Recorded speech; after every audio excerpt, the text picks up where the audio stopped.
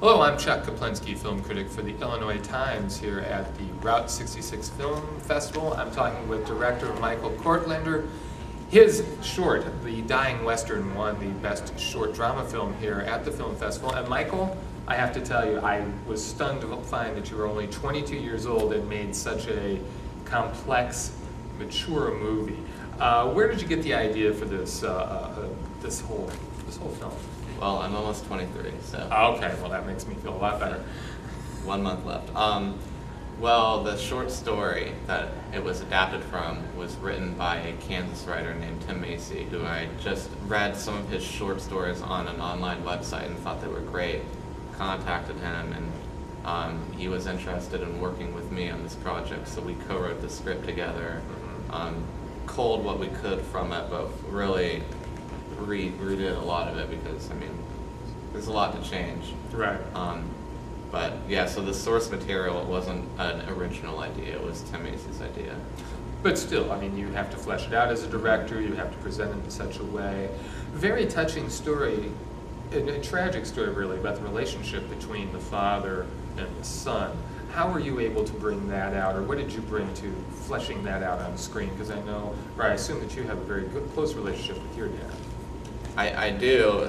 For some reason, I find myself drawn toward these stories where sons and fathers don't get along, and maybe that's because I wonder what that would have been like if that had been my situation, and it hasn't been.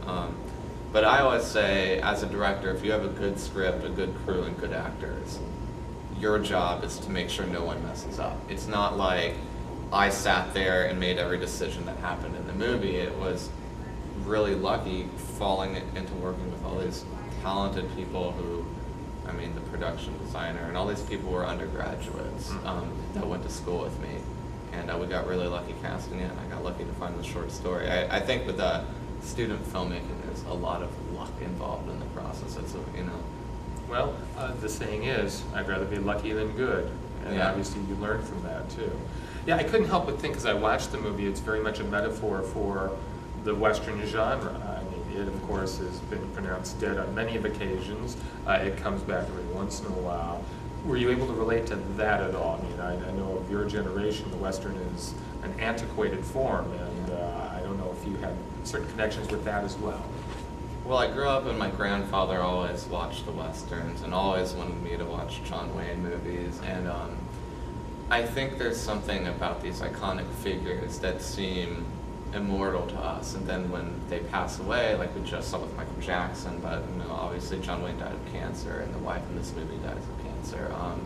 There's something really shocking. How can John Wayne actually die? And these people are so human too.